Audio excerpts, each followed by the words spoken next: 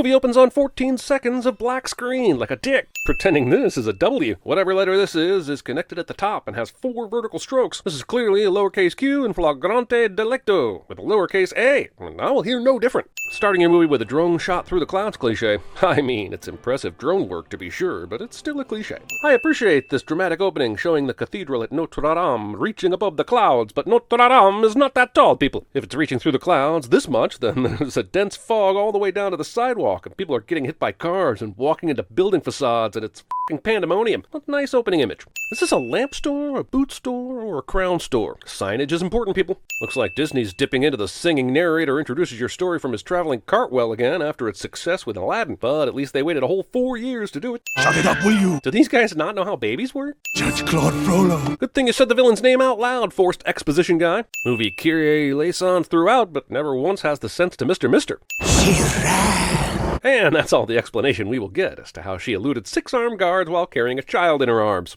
Also, this woman racing to find a safe place for her baby in the midst of her country's upheaval is super Moses-like. A baby? A monster. That's racist. This is an unholy demon. I'm sending it back to hell, where it belongs. Hyperbole. Also, I might as well go ahead and add a sin for how ridiculously over-the-top Frollo is in this thing. We're 5 minutes in and he's already ready to partake in some baby drowning. Kids' movies are the freaking best. These are the judgiest sculptures to have ever been sculpted. Hey Pierre, could you do some sculptures for the front of the cathedral? Sure. Can you make sure every one of them rain condemnation with their gaze to a very specific spot on the cathedral stairs? You got it, boss. There's no way these pigeons wouldn't have scattered at that landing. Sure, they get brave if you're feeding them, but if you make a sudden movement, those sky rats be gone. Will today be the day? Are you ready to fly? Pushy parents. Pour the wine and cut the cheese. Gregarious gargoyle gabs glibly about gastrointestinal gas while gasping for Grape's great guardian. It is a treat to watch the colorful pageantry of the simple peasant folk. This is what Disney Parks bosses say every day as they watch people pour in. Snot blocking. Are the talking gargoyles ever explained? It's not like there was a spell cast by a witch somewhere to turn statues into friendly tower-dwelling folks. This movie is mostly magic-free except for these f***ing stone gargoyles. Oh, he lives in an attic. He's made a miniature town. He's an outcast. Just wants to be part of their world. Honestly, 30% of all animated Disney flicks are about an outcast who wants to be part of the world. The rest are princesses that want to be normal and people stuck in a rut that need a jump-starting adventure. Literally all animated Disney movies fit into one of those 3 categories. The pigeons remaining on the gargoyle's shoulder after they all go inside is commitment to a bit, but again, completely misunderstands pigeon behavior. Playing Dunk the Monk. Pop quiz. Playing Dunk the Monk refers to A, what Steve Wiebe told his family he was doing every time he went to the garage to practice his Donkey Kong. B, the new NBA Cares Monastery outreach. C, a spicy Albanian cola drink. Or D, my college girlfriend's last entry at the end of every one of our Friday night itineraries. Yes, sneak out. And yes, sneak back in. It continues to baffle me to this day why Disney tried to happify what is at best a f***ing dark-ass story. Dear boy, whomever are you talking to? These annoying sidekick statues suffer from the Toy Story conundrum. If they truly are as active and loud as they appear to be, there is no way he would not have heard or seen them on his way in here. He sings, "You are deformed and you are ugly," and makes Quasimodo repeat him, and what benefit is Frollo getting here? He has someone to ring the bells? He only kept Quasimodo as a baby because he thought he might be useful to him, and here he's up in the tower singing a convincing song about why Quasimodo should never leave the tower. But what is Frollo getting out of it? He then sings, "Be faithful to me and be grateful to me," and this movie is making me distrust religious leaders. This is your sanctuary. Things you say to prisoners who don't know they are in a prison. Yep, I was right. He is literally now singing a song about wanting to be part of the world he is not currently allowed to be part of. Disney is lazy, y'all. Man, most of this song is about all the shit he's rear window spying on from his tower. Quasi just said he can see them through the roofs and gables, which means he spends his days window gazing and down blousing. And honestly, Quasi, how's the peeping? Quasi. Aside from the unlikeliness of pulling off this move, where is this water even coming from? It appears to be some sort of eaves for channeling water off the roof, but has it been raining at all this entire morning? Movie does not explain Quasimodo's monkey-like fearlessness when climbing tall, skinny spires.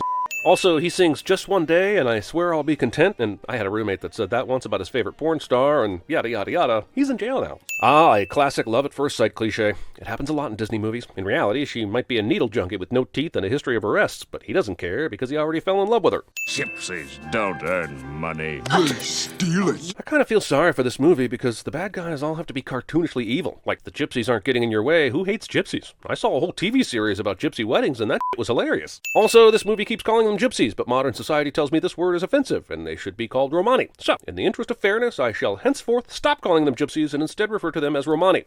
And yet, for all my success, They have thrived. For the sake of making this metaphor work, movie wants us to believe that hidden under a single stone, many stories up with no sign of food, an entire colony of ants is hanging out. That is actually not how you get ants. Because this is a movie, Quasimodo immediately finds himself in the middle of everything, because of course he does. By the way, great mask. This is the single most hurtful thing said in the history of cinema. Look at that disgusting display. Yes, sir. Sexuality shaming and objectification. It's the rare both ends of the spectrum sin. Add them both. Here's where the movie really leans into its feminist ideals. She danced sexy and literally used a pole to swing on, and then when she finished, everyone threw money at her. So how is this festival not just a glorified strip club? Demi pulls the reverse Springsteen here by pulling Quasi onto the stage, but how? That is a lot of man to pull up there, especially if he's unwilling. I know he's enamored with her, but he's also smart enough to know this is a stage. Does he think no one will see him because he'll be dancing in the dark? His face doesn't come off, and the crowd realizes it's not a mask, and they are horrified. And I get that he's not traditionally beautiful, but he's also not that ugly. It's not like he's the only ugly person in Paris. Everyone here has seen plenty of ugly people before.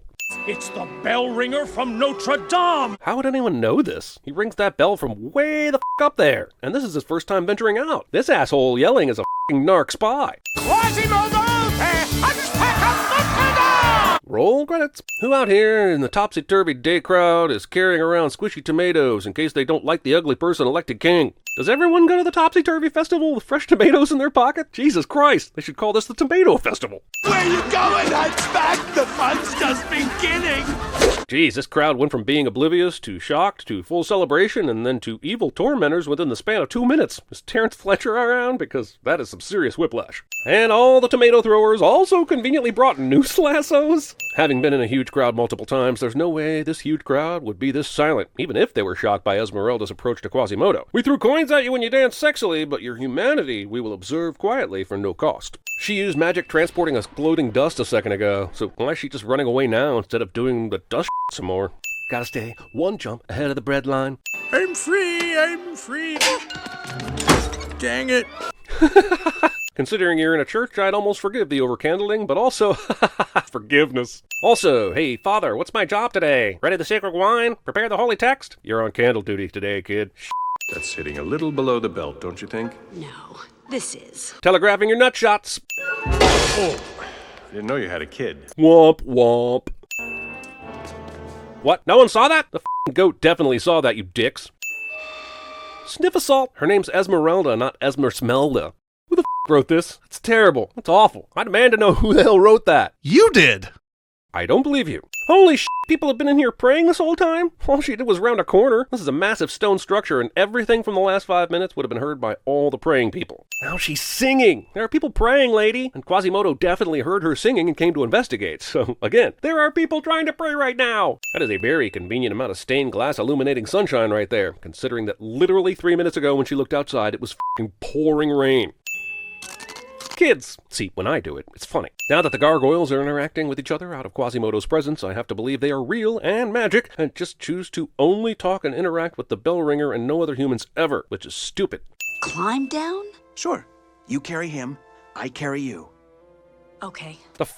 That's all the convincing it took for her to be willing to climb down the face of the Notre Dame Cathedral? But the soldiers and Frollo... I'll come after sunset. But it's after sunset now, and you're having to dodge the guards, so... Just remember, when you wear this woven band, you hold the city in your hand. I really have no reason to speak in riddles since I trust you, but we need a big reveal for the audience later, so I'm going full Indiana Jones with this I can't play it, but I'm going to be real with you because you deserve it. The music in this movie sucks. It may be even worse than Phantom. Casual bestiality. So he's Quasimodo's master, but lives across town? Quasi basically has zero supervision then. This is confusing to me. I don't ask for much, but I'd love to have been at the story meeting when they revealed this film would have a song entirely about the existential crisis of lust and repressed sexuality, in which robed figures chant mea culpa before the vocalist requests his tempting siren taste the fires of hell if he can't have her. I'm sure it ended with, for kids. Also, this song is without question the horniest song in animated Disney history, at least if you don't count The Colors of the Wind, and no one does. And sure, many Disney songs have obvious sexual innuendo in their titles. Bare Necessities, Go the Distance, Be Prepared, Do You Want to Build a Snowman? None of them are as horny as this Hellfire song. He sings this burning desire is turning me to sin because he legitimately thinks he's an otherwise sinless person. It's almost cute. He offers them silver to turn over Esmeralda, and then when they don't, he arrests them. Why even start with the bribe? That's good money, man. Put that back in your pocket and just threaten them with arrest from the jump. Well, that immolated quickly. Also, Frollo has gone from arresting people who don't give him Esmeralda to attempted murdering them, and that's a pretty big fucking step, man. Frollo yells, "Get him and don't hit my horse!" And they somehow do! Despite launching approximately 173 arrows in 10 seconds, they do! This is the end. I thought I was the cute one. No, you're the fat, stupid one with the big mouth. These gargoyles are perhaps the most annoying Disney sidekicks to ever kick sides, and they are about to sing a terrible song with suddenly appearing props, and believe me when I say, with utmost sincerity, skip gallows humor? I was okay with the deck of cards earlier, but where did the full casino table with rake and chips come from? A second ago, dude used curled wood shavings as hair, but now who needs to use things around them when we can blink like Genie and have whatever props we want? This part here where they sing, "And 'cause you're shaped like a croissant is, no question of, she's gotta love a guy like you." And I could go after the casual meanness of calling him croissant-shaped, but instead I'll send how fucking awkward and shoehorned this line even is. And it doesn't even make sense. No one is gonna love a person solely because they are shaped like a pastry product. They are burning the city to the ground looking for her, but she and a huge guy and a wounded guy just waltz right up to the cathedral, go inside to the secret staircase, and climb all the way up to the tower without being seen. I don't understand. Why is she kissing him? He's not shaped like a bagel or a muffin. What? It's the city. What are you talking about? It's a map. Right, but a pretty awful one. Even if you assume it's to scale, at best you have a general area to look at. Now that I look at it, it's nowhere near where the clitoris is. So, wait, what were we talking about again? I realize they might not know they're being followed by Frollo, but one of them could at least turn around and look behind them now and then. So, do these discount Cobra Kais just hang out here in full gear just in case someone finds the already secret entrance? And if you're really trying to blend in, why put a hat on your costume? I realize they think these two are spies, but they're going to hang them? Without his help, I would never have found my way here. Nor would I. Timing! Also, they're prepared enough to have half the community constantly in skeleton gear and waiting with a full musical number at the ready, but then they don't leave anyone behind to stand guard during the immediate public hangings?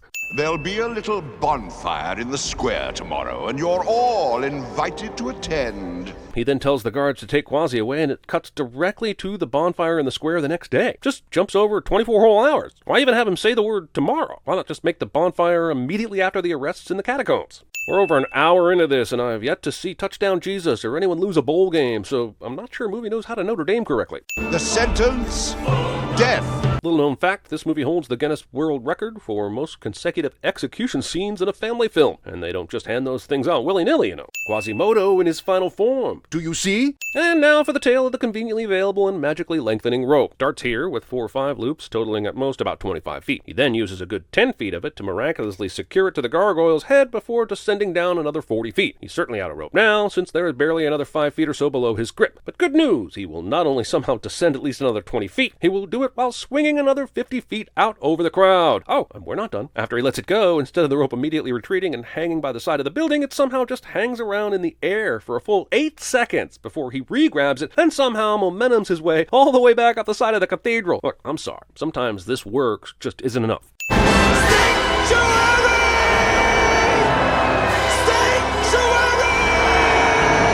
Man, I would remove all the sins from every movie ever if he threw her over the balcony right now like a wrestling move. Now the gargoyles are commanding an army of pigeons to attack the soldiers, and did this movie go 80% of the way and then drop acid, or f***ing what? Good thing it just happened to be bell-making night at the cathedral, with a piping hot bowl of molten metal at the ready. Is it just me, or are lava waterfall capabilities an odd thing to build into a church? Also, how big was that bowl? No, I mean the one that I must have smoked to think any of this makes the slightest bit of sense. Also, this is likely to kill more innocent people than soldiers, and I'm beginning to think Quasi is exactly the monster the movie tried so hard to convince me he wasn't. No. Bullshit. Well, they sure did clean up that ton of lava pretty quick, didn't they? The end of this movie is just flat out dumb. You do realize that, right? I mean, the little girl can touch the monster's face all she wants, but what they've just shown is one of the most insanely idiotic things I've ever seen. At no point in this rambling, incoherent ending was it even close to anything that could be considered a rational resolution. Everyone here is now dumber for having seen it. I awarded 15 sins, and may God have mercy on its soul.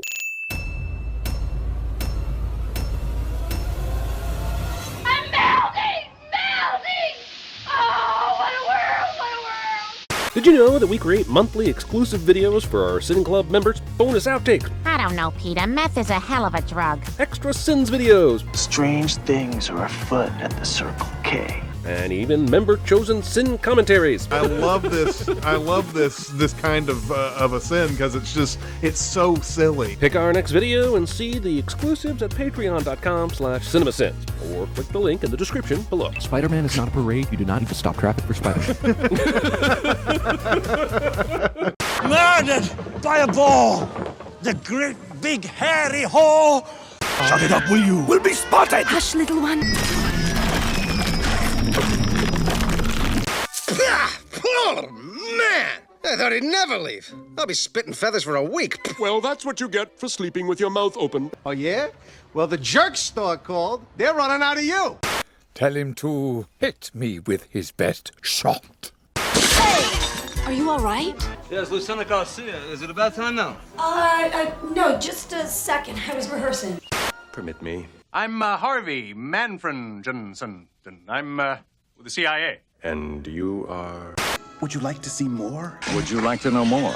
It's the city. What are you talking about? It's a map. I'm the map, I'm the map, I'm the map, I'm the map. The prisoner Esmeralda has been found guilty of the crime of witchcraft. I'm not a witch, I'm your wife. Choose me or the fire. So you're telling me there's a chance? He might be okay.